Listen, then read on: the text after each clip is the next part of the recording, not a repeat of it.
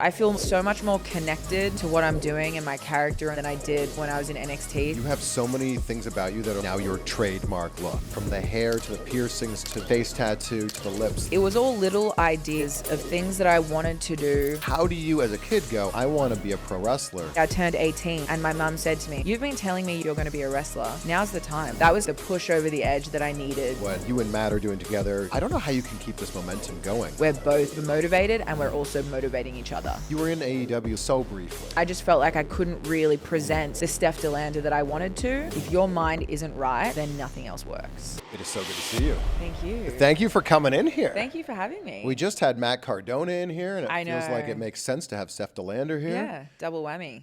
You guys are both just crushing it on the indies. Thank you. If someone was familiar with your work in NXT but hasn't seen you on the indies, what's the biggest difference? I would say the biggest difference is just my confidence and knowing myself, knowing, what I want and what I want the people to see of me and think of me, and just like the portrayal of what I'm doing. I feel so much more connected to what I'm doing and my character and all of that than I did previously when I was in NXT. So I think you can just see, if you compare my performances in WWE and on the independents, like I think the biggest thing is just I look a lot more and I feel a lot more sure of myself. What do you attribute that to?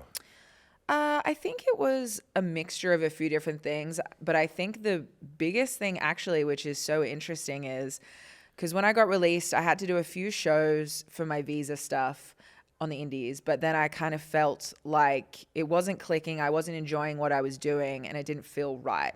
So I took a break. I took 6 months off. And you were like, I just don't want to wrestle at all? Yeah, because I knew it got to a point where I wasn't motivated. I wasn't enjoying what I was doing. And I knew continuing to work through that and wrestle while I was in that mindset was actually going to be detrimental to my career, because I didn't want to start putting out work that I wasn't proud of. Yeah. And I knew my mind wasn't right. So I kind of took a tactical break of like 6 months, take a step back, recalibrate, figure out what it is that you want out of this. And also I had to find my love for wrestling again. Getting released was such a big shock to the system, and it did take quite a while to go through all of those emotions, and I didn't feel like I could process that while I was wrestling. I had to, really step back, miss it, learn to love it, and then that's kind of what happened over that period of time. I had the time and the clarity to sit down and really figure out who I wanted to be, and I think that really helped kickstart this amazing run that I've had. Oh, it looks like you're loving it now. Yeah. And I love when you do a big smile like that. That's how you know. Look, but it looks from a distance like you're wearing braces. I've got teeth gems. Yeah, I know. Yeah. Are these very expensive? They look like they could be. They're not as expensive as like grills, but they are pretty expensive. But I've got a deal, like I've got a good hookup with my girl. You can shout them out if you want. Yeah, so her name is Ali Puncture on Instagram. So yeah, she's done all my teeth gems, done a lot of my piercings.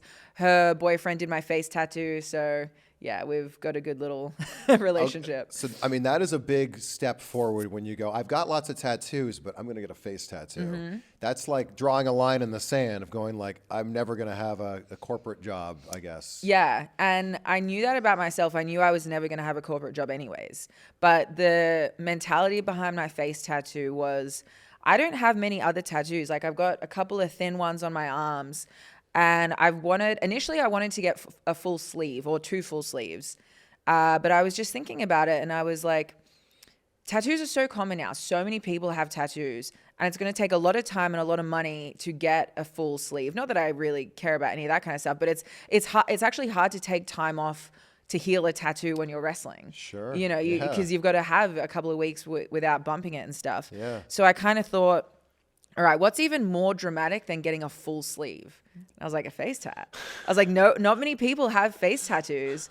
And a lot of girls now do like the little look where they like draw on like a little something with a bit of eyeliner or something. And I was like, why didn't I just do it? Just go dramatic as hell. Just get it. I didn't tell anyone. I wasn't even planning on doing it that day. I was going in to get an ear piercing. And she was like, do you want to do it today? And I was like, yeah, let's do it. You just did it that day? Just did it that day. Wasn't even planning it. So is this the first of many face tattoos? I think it's one and done. Okay. I think it's one and done for the face tattoo, yeah. And it's $DL. $DL, yeah.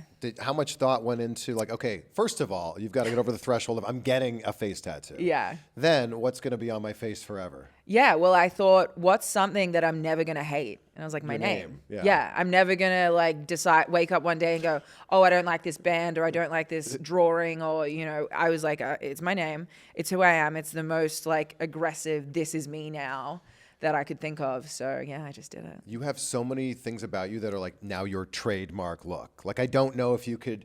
The lipstick's a big one, which you, by the way, congratulations on making that a thing. Yeah. How do you go from I'm wearing red lipstick to I'm going to brand this and sell it? Yeah, so I've always my entire career worn red lipstick, and that actually is an ode to Nikki Bella that most people don't know. Wow. Now Nikki Garcia. Yeah, she's been my all-time favorite female wrestler, and she always would wear red lipstick, and I just thought she looked so great. So I always made sure that was part of my look wrestling.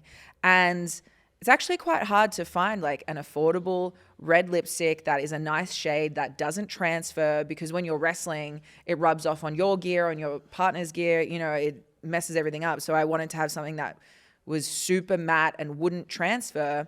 And then I'm a big fan of stand-up comedy, and Christina P., who is Tom Segura's wife, she has her own red lipstick as well.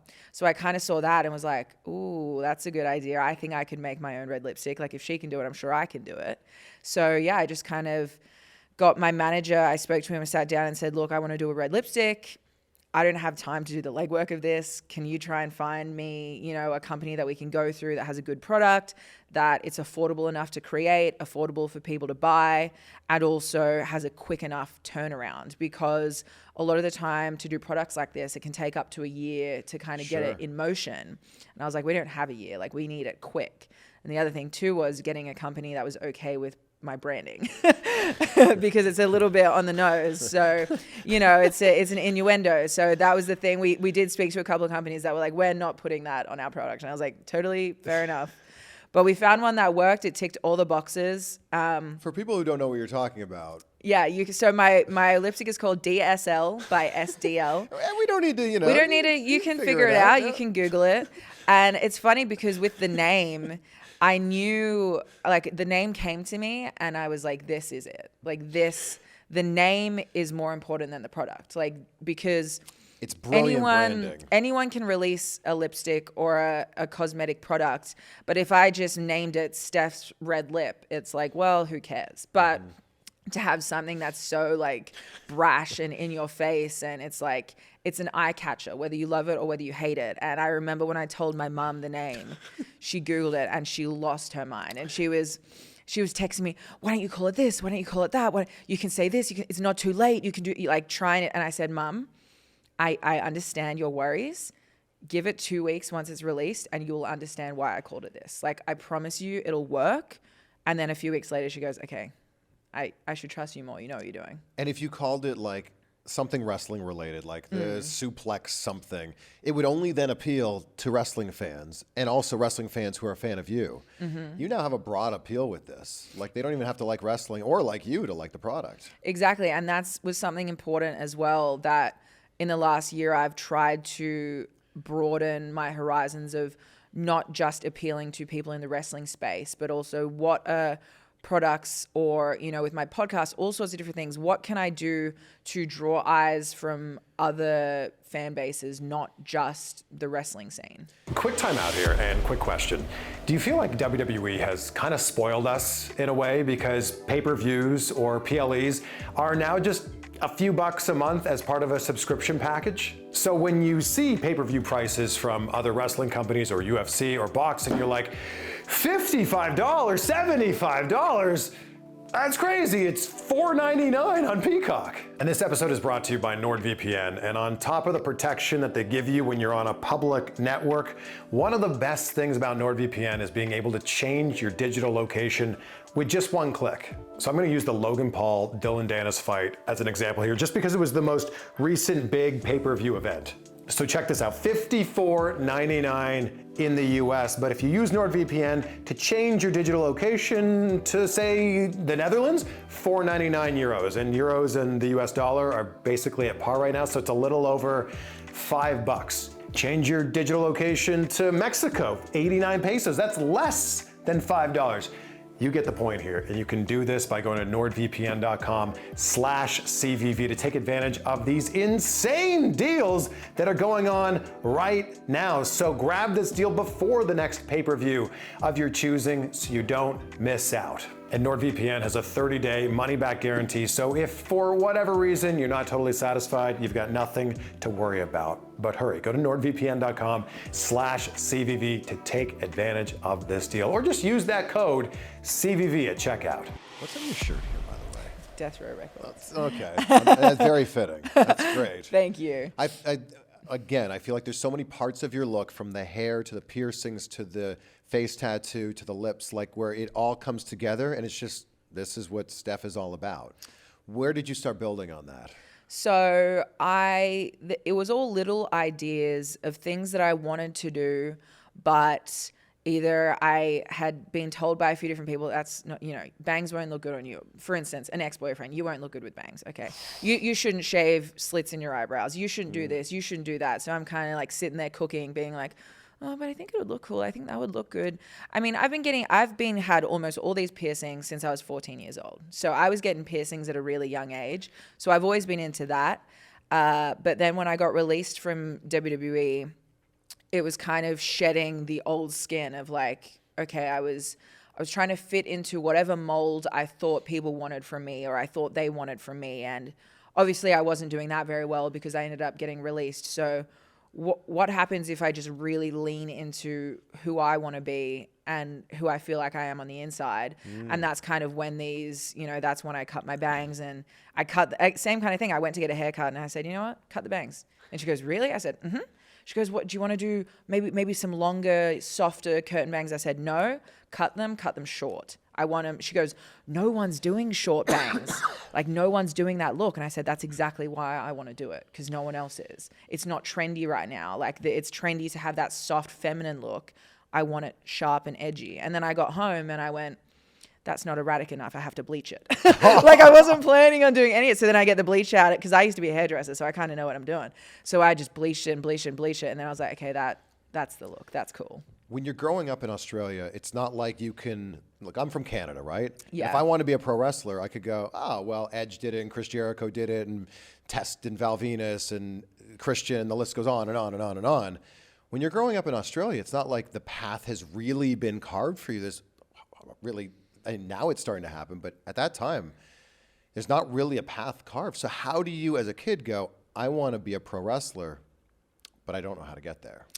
Well, the interesting thing on that is I used to sit and I would look at the WWE website, and they would have the recruit me page, and it would say, you need a minimum 3 years wrestling experience to apply.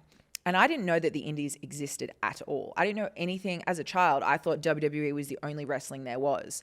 So I would look at that and go, 3 years experience? You're the only ones who do wrestling. How am I getting 3 years of experience? I don't even understand how this works. And then it wasn't until I was at a Booker T signing at a random mall, because they would send, one person out per year to do press or whatever.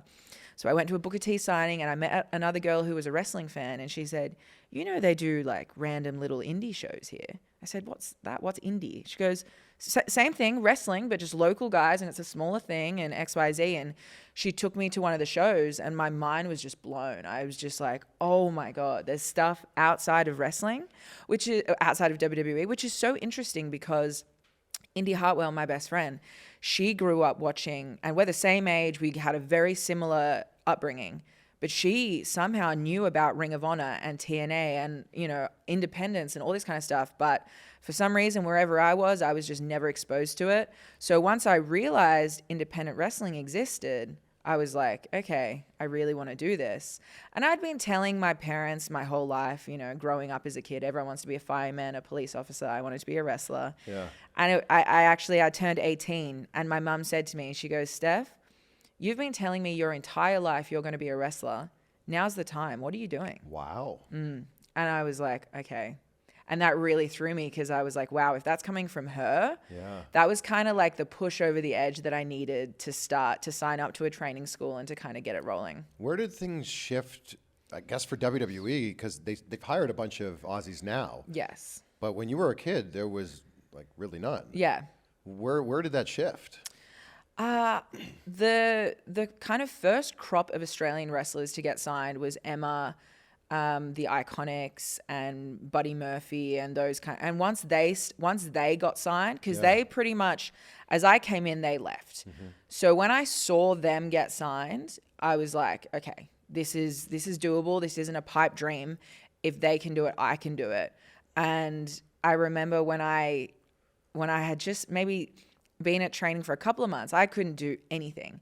But I would sit there and say to everyone, I'm moving to America one day and I'm getting signed to WWE. Wow. And they would go, are you sure you want to be saying that to people? And I'm like, yeah, 100%. Like, I know that's what I want. I know I will not stop until I get there. I will figure out a way, but that is what is going to happen. How long have you been living in the U.S. now? Like 2.5 years. You feel like you have a very American accent now. Really? Yeah. Like when you said that sentence. Oh God. Oh, that's not a good thing? No. It is. Like, but just I can feel myself losing it, and I don't want to. When you go back home, they must be like, what is happening here? Yeah, when I go back home now, it's a very jarring, like to hear true Australian accents. I'm like, whoa. I worked hard to like say the few words that were Canadian, not Canadian. Oh, really? Well, I mean, for us, it's like a few words. It's like sorry and tomorrow and out and about. Yeah. For you, it's a full on like accent, but I feel like yours is like it's like merging now. It's an Australian American accent. It's because part of it is I get sick of people not knowing what I'm saying. So if I'm at a restaurant and I go, this always happens to me, can I get some water? They go, what? I go, water? They go, oh, yeah. So I do a fake American accent when I'm ordering stuff because it's easier for me to do that. And then because otherwise I'm sitting there going, water, you know, H2O. And then they go, oh. H what? Yeah, H2O. Yeah. You even said XYZ, and I'm like, oh. What do you guys say? In Canada, we'd say Z. Oh, Z? Oh, Australia's a Z? I think Australia is Z too. Yeah, that's what I'm saying. Look at you. Oh, no. Oh, no. It's happening. It's taken hold. How shocking was it, or how did it all come about for you to be on the cover of PWI? It was incredible. It was incredible because for me, so I sit down and I write out my goals at the start of the year of what I want to achieve every year. I love it. Yeah, I do 1 year, 3 year, 5 year, and lifetime. And every year it kind of changes. But on my 1 year, one of them was to just be ranked in the PWI 500. Because I had somehow, that list has eluded me my entire career, which 500 wrestlers and the women's one, I'd never been listed on any of them. So I had just said, I just want to be on the list.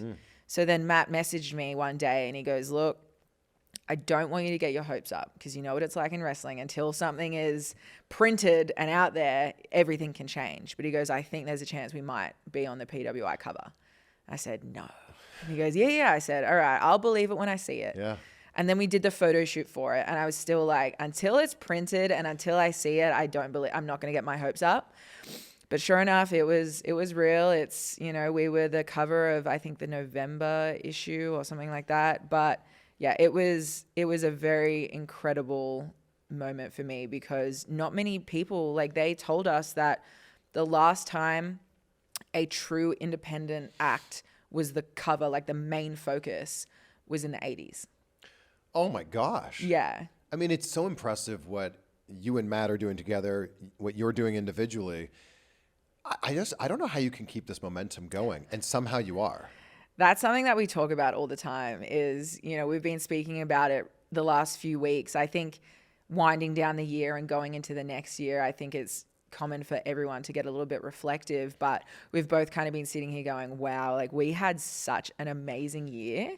What are we doing next year to top this? Because if you're not going up, you start going down. Right. So we're already brainstorming of like this and like certain places we want to go that we haven't wrestled at yet, different countries we want to go to, you know, what can we add to our act? What can we maximize for our social media? What can we be doing more of? Like him and I are always thinking of what's next and what we can be doing more of, and we're never getting complacent. And I think that's why this pairing has worked so well, because it's not one person steering the ship and dragging the other person along. It is a very equal, we're both super motivated and we're also both motivating each other. How did you and Matt even get connected in the first place? So we were on a tour in Australia in, I think, March of this year. for World Series Wrestling, and he came up to me. I guess we had met each other like once before, but just a hi and bye. But he came up to me and he was like, "Hey, I have a question to ask you."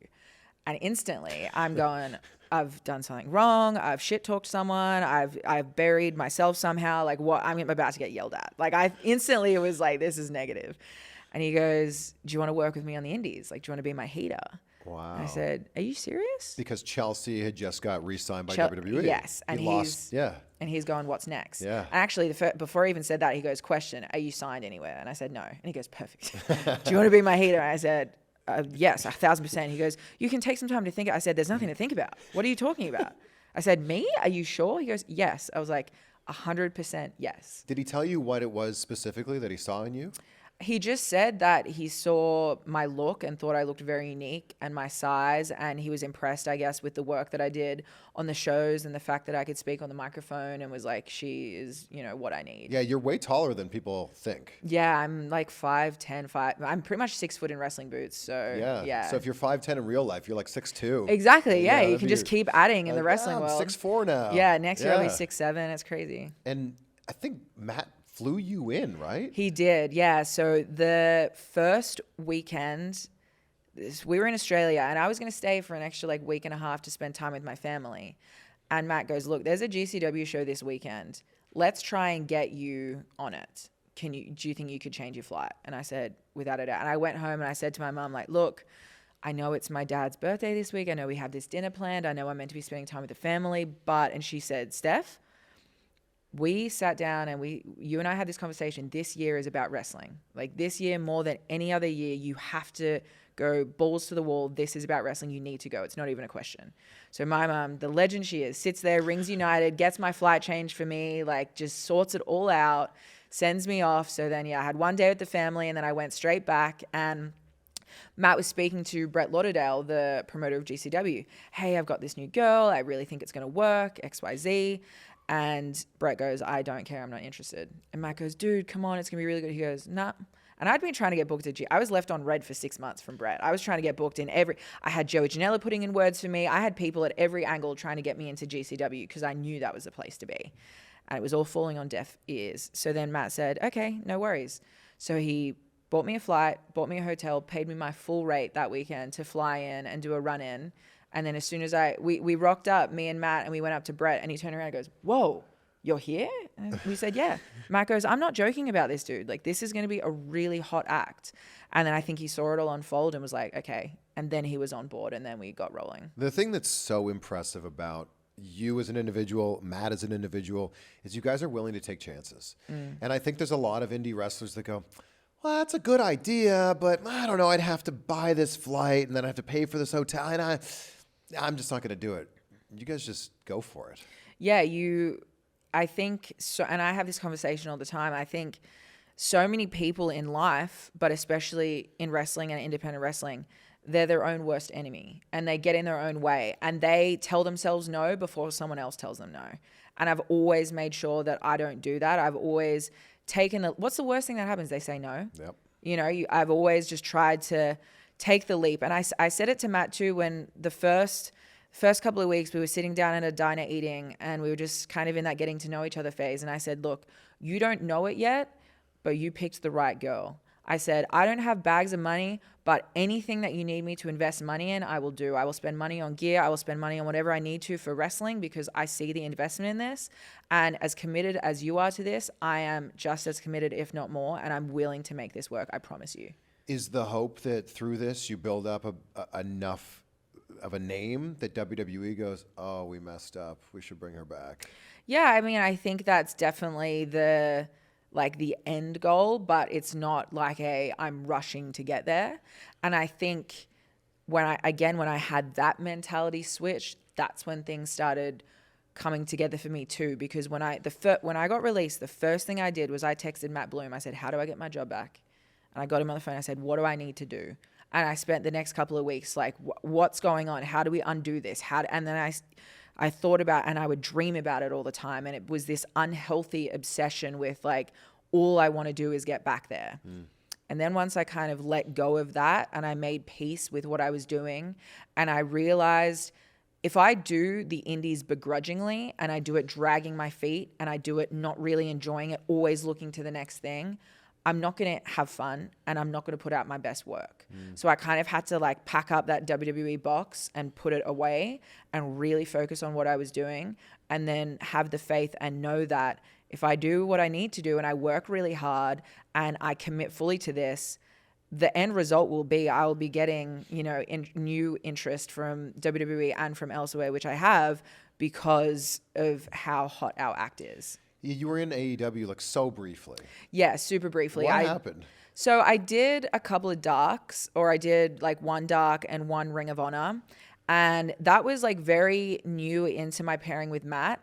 And I just kind of had this realization of like, I came into NXT at the very bottom, into like the feeder system of working yourself up the chain. And I didn't really want to do that at another company. So I kind of thought like, I'm better off doing a year outside or a couple of years or whatever it is that I need to do. And then whether I go to WWE, whether I go to AEW, no matter where I go, I don't want to come in at ground zero again.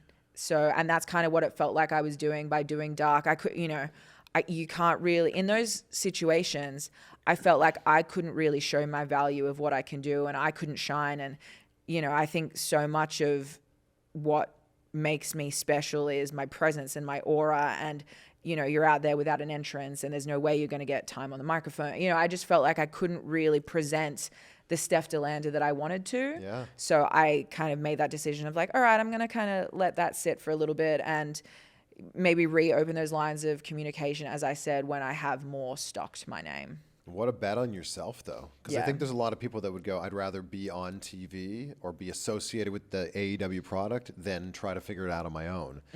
Instead, you're basically saying, thank you so much, but no thank you right now. Yeah, exactly. And it's a gamble. And, you know, every so often that thought creeps in of like, have I made the right decisions? Am I doing the right thing? Should I take the guaranteed money and the contract and whatever else? But then, you know, when you kind of recalibrate and sit down and go, no, I think I'm doing exactly what I'm meant to be doing right now.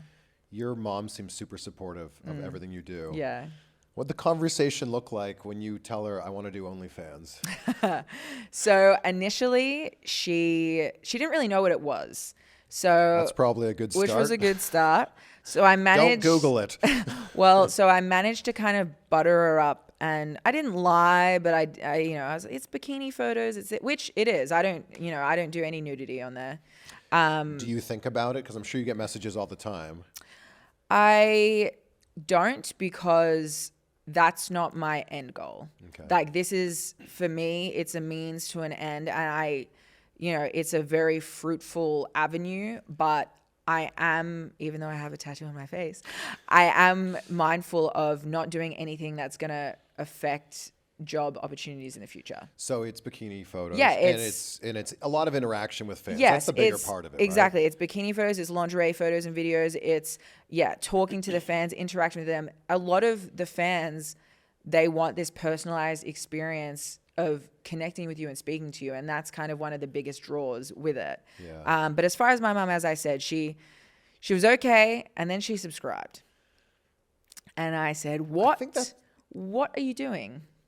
Why? What did you think was going to happen?" So then she subscribed. Then she freaked out. Then I had to talk her down and show her the numbers and show, hey, my rent is paid, my car payment is paid. I'm living very comfortably off this. I'm not doing anything I am uncomfortable with.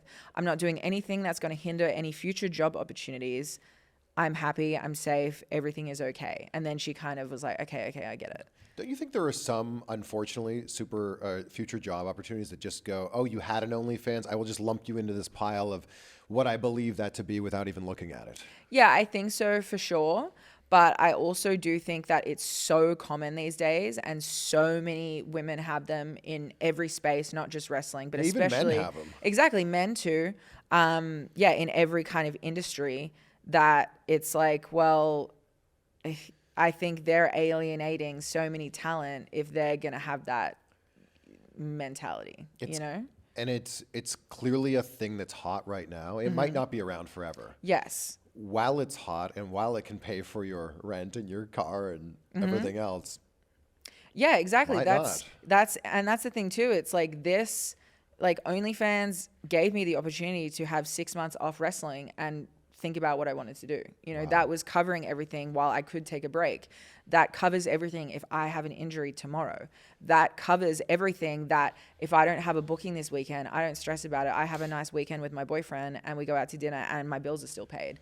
And it also means that I don't have this desperation for I need to sign the first contract put in front of me because I'm not earning enough money. Yeah. So to me, that's the biggest thing, is it gives a lot of people a lot more control of their situation because, as I said, you're not making decisions based purely off money. You can kind of sit there and weigh up the options and be a bit smarter about it all. Do you think about life after wrestling? I mean, it's probably a long time from now, but I do all the time because it is hopefully a long time from now, but also we've seen careers end in an instant. So I think you always have to think about what's next. For me personally, I've decided and realized that I do want to stay in the entertainment business in some way. I love stand-up comedy, so I'm done it yet? No, but I'm always tempted to like dip this is the city to do it in. I know. I've been driving around all weekend being like, Yeah, drive down Sunset and be like, Laugh Factory, Comedy Store. I know. I'm like, yeah, I'm trying to, the thing is I don't want to take any energy away from wrestling right now. Sure. And stand-up is one, obviously, you know, it takes years and years and years and years to perfect. But the difference is with wrestling, you can only go as long as your body can go. And also as a 35-year-old, especially female, I mean, I'm only 26 now, but you are much, much, much less desirable, or 40 or whatever age. As you get older, you become less desirable to bigger companies. That's just the way that it goes. Whereas with stand-up, it's not as much of a factor. The thing in stand-up that's fascinating is you're still like a rookie 10, 12 years Yeah. in. Yeah. And like you're really not starting to get breaks until then. Yeah. And that's the thing where it's like, I can't, with what I'm doing right now, because I have a few friends that are comedians and like the parallels are so similar. It's crazy. Like the business is so similar, especially as a female. Like a female comedian and a female wrestler, we go through a lot of the same stuff. But yeah, to see the plights of like an independent comedian is so similar to that of an independent wrestler that I'm like, I don't have the time to commit to that right now. But I'm always kind of sitting there going, I think that's what's next after wrestling. Do you write material? No, I haven't. You haven't even dipped your toe I haven't. in. No, because as I said, I'm like, I don't have time to edit the reels that I need to for wrestling or to do my podcast or to do my OnlyFans content. Or, you know what I mean? Like my schedule right now is so packed. And I also, for right now, I'm enjoying being a fan of comedy. You know, when you get into a business, it's like wrestling. When you get a bit too deep in, you start to look at things differently and you start to go like, You see how the sausage is made. Exactly. And it changes it for you. Yeah, it makes sense. Yeah. So I'm still in my like, I'm really loving being a fan phase, but I've kind of thought gently, I think that's where I'm going to go after wrestling. Have you thought about hiring an editor to edit your reels? I have, and I have someone that does, but I'm such a control freak that I want to have my hands on it. You could be on the last, like, I know how to edit. I'm not a great editor, but I know how to edit. I'm now so fortunate to have an incredible editor named Troy. He sends it to me, and then if there's any revisions, you can I'll revise let him know. it. But like 99% of the time, he's sending me something that's perfect and way better than something I could do. And I'm like, Yeah. hell yeah, post. Yeah. I think I just need to tell them what I want from them more. But as I said, and Matt is very much like it too. We want to have control of everything, which can be detrimental because it's like you need to relax a little bit. Well, and then when you do have the ability to relax a little bit, you can focus more of your efforts on what you're the best at, which is wrestling. Yes, exactly. And your schedule must be so packed. Like, it's every weekend, right? Yeah, it's every weekend. And as I said, it's not just the wrestling. Like the wrestling is one part of it. It's, you know, we fly in on a Monday morning or a Sunday, whenever we're getting home Monday. And then it's, okay, come home. And then I've got a bag full of laundry that I need to do. I've got to go to the gym. I've got to sit down and record my podcast. I've got to take a whole bunch of OnlyFans content. Then I've got to sort through all of it and edit the photos. And, it's kind of this never ending hamster wheel that it feels like by the time you get to Thursday and you've caught up on like all the things you need to do, you're going, all right, I've got to go get a spray tan and pack my bag because I'm off again tomorrow morning. So isn't that great though? Yeah, it is. It's the best. I get love to do all of that. I love it. Yeah, I would never, ever, ever change it for the world. There's going to be a lot of people listening to this that want to go check out your podcast. So Yes. give us a big plug for, what can they expect? So my podcast is called That's Cooked. What does that's cooked mean? So cooked is like an Australian slang term, which means that it's crazy or it's off the wall or it's bad, or you can use it in so many different ways That's cooked. That's cooked. It's cooked. If cooked. if you said Matt is still out there waiting for an Uber, I would say that's cooked. That would be cooked. That would be cooked. He exactly. was waiting for a long time. He was waiting, and he would probably say that too. So yeah, it can mean whatever you want it to mean. But so yeah, I kind of had an idea of I wanted to start a podcast, and I know everyone and their dog has a podcast these days, and that's okay. But it was just kind of one of those things that I wanted to test it out and see how I went. And Matt was kind of encouraging me to do that as well. And it's been an interesting learning experience because I don't know anything about technology at all. So it's me with my cameras, with my microphones, and I'm trying to figure out how they work, and I'm failing at it every week. And I've always forgot to press one sort of button, but it's good. It's fun. It's a mix of kind of wrestling, but also I end up going on these weird like life tangents, and I don't know. I just start rambling, but people like it. So it's just me. The thing too is I wanted to go on the road with it, and I wanted to try and catch people at shows to interview them. But show days are so chaotic, and everyone's focused on their own matches and whatever else they need to do. And also it's very, very hard to find a quiet space at an independent wrestling show. Yeah. So I've kind of realized really quickly, like, oh, that's not really feasible. But now I'm going to have Mance kind of co-hosting with me, Mance Warner. So there you go. Yes. So that's exciting. So I'll have someone to bounce off, and he gets on there and goes on his crazy rants as well. So yeah. I love that you're calling yourself the queen of the death match. Yes. Because you're not really having a lot of death matches. Not at all. I have had one death match, and I was the death match queen long before I even did that one. And to me, that's the funniest thing is with wrestling, you can present whatever you want. And if you promote it correctly, you can kind of create your own reality. That is a metaphor for life, by the way, and I'm sorry to cut you off. No. Perception is reality. Yeah. And it's so funny that it's so prevalent in wrestling and that people don't even understand it. It's also so applicable for life. Yeah, and not many people understand that. And I think once you kind of get it and you see that, then everything changes because you realize you can create whatever perception that you want. So it got to the point where I would have other wrestlers come up to me and go, I can't believe you do all those death matches, man. Like that stuff is crazy. I'm like, I've never done one. What are you talking about? I just call myself that. Yeah, I just call myself that. And now it's on a t-shirt and it's on my gear, and you guys buy my 8x10s, and it's a whole thing. It's brilliant. Thank you. And same with what Matt's been doing with the Deathmatch King. He's had one. Yeah. But people hate him as a result of that, which then in turn gets him more over. Yeah. And it all works. It's perfect because, and I think that's another reason why Matt and I work so well together is we're both such WWE style sports entertainers through and through. And I think when we kind of came together as a team and it was like, oh, you like this kind of stuff and you hate that? Oh, I feel the same way. This is what I want to do. Then it was, we hit the ground running, and yeah, we are so the opposite of everything that's on GCW, and I think that's why it works. What surprised you the most in the death match? It surprised me that I thought it was fun because I hate deathmatch wrestling, and I'll say it. I don't care. I hate it. I don't enjoy watching it. I have respect for the people that do it because I could never put my body through that on a regular basis. But I don't enjoy watching it, and it's not my thing. And I openly say that all the time. And if anyone has an issue with it, you can DM me and I won't reply. But no, the biggest thing that I noticed from that was I came backstage and I looked at Brett and I said, I hate that I had fun doing that. And he goes, oh, you've got the bug. And I said, I don't have the bug because I will never, ever, ever do it again.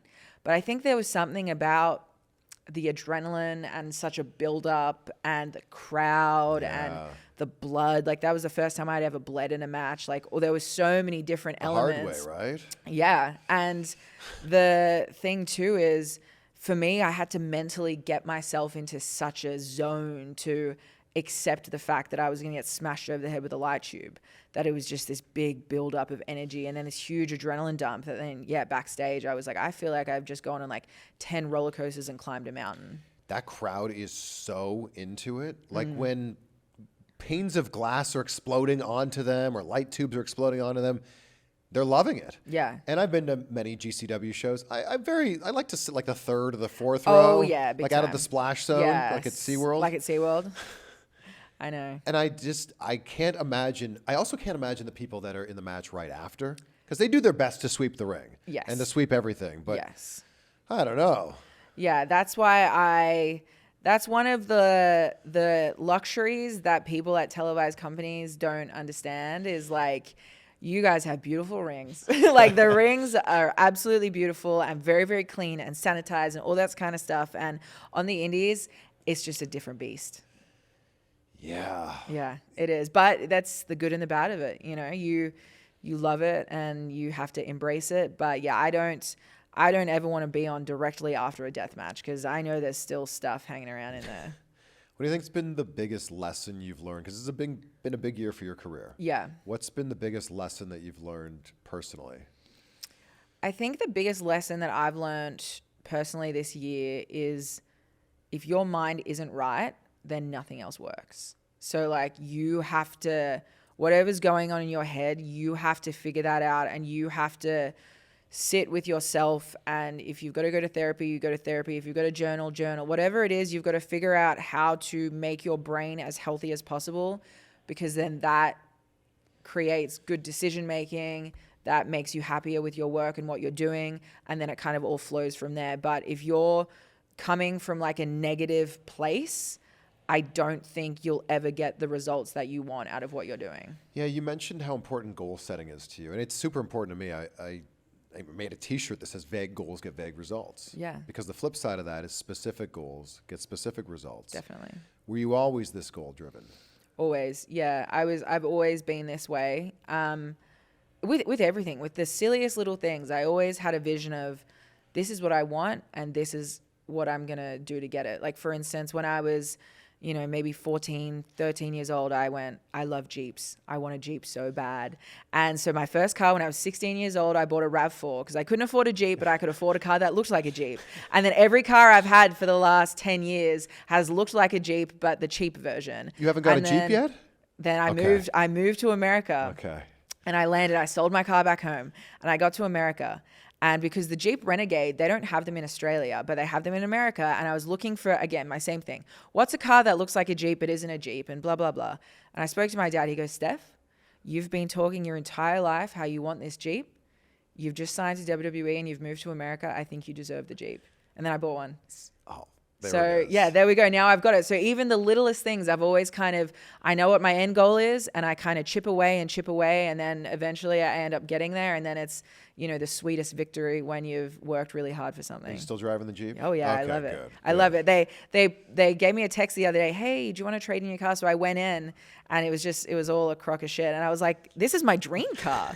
I was like, I'm not trading this in for anything. Like, I'll trade this in for a giant Wrangler if you've got a good deal, but I'm not. Yeah, they're always trying to get you before your lease is up. He was trying to get me to sign a new 7-year lease. Yeah, it's only $71 more a month. Yeah, I said no way. But yeah, so 7-year lease. 7-year lease. Craziness. That's what are you going to be? What am I going to do? 2030. But even still, I sat there with a guy. I said, look, this is where I'm at financially right now. This is where I project to be within the next 3 years. Yeah. Once I hit this point financially, that is when I'll come in and I'll get my Wrangler. But so even that, I had the whole thing laid out. But yeah. I've always been that way, and it's always worked well for me. In saying that, the fact that you're even working as an independent wrestler, and you've got a few other things, but that's the biggest piece of your pie, I would imagine. Yeah. Thank you. Congratulations. Thank you.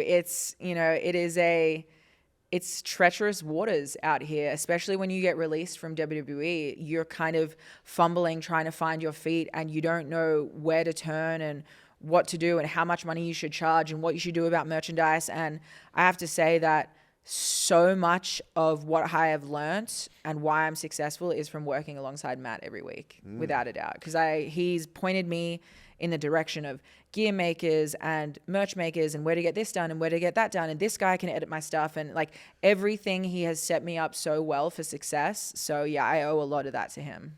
He just like looks at the business as a business. And I think a lot of people look at the business of like, okay, what's the next match and how am I going over? And he's looking at the business of like, how can I make the most amount of money here? And I think that's what it should be. And I look at it that way as well. And I think that is where the difference is, you know, not to knock on anyone, but you've got a whole bunch of wrestlers who don't even have merch out, or they're taking photos with fans for free. And you've got Matt and I standing there charging $20 for a photo and, you know, this and that. And then we're walking away with a lot a in our fanny packs. He was $30 when I saw him last weekend. He's 30, I'm 20. Oh, okay. Yeah. And then together we're 50.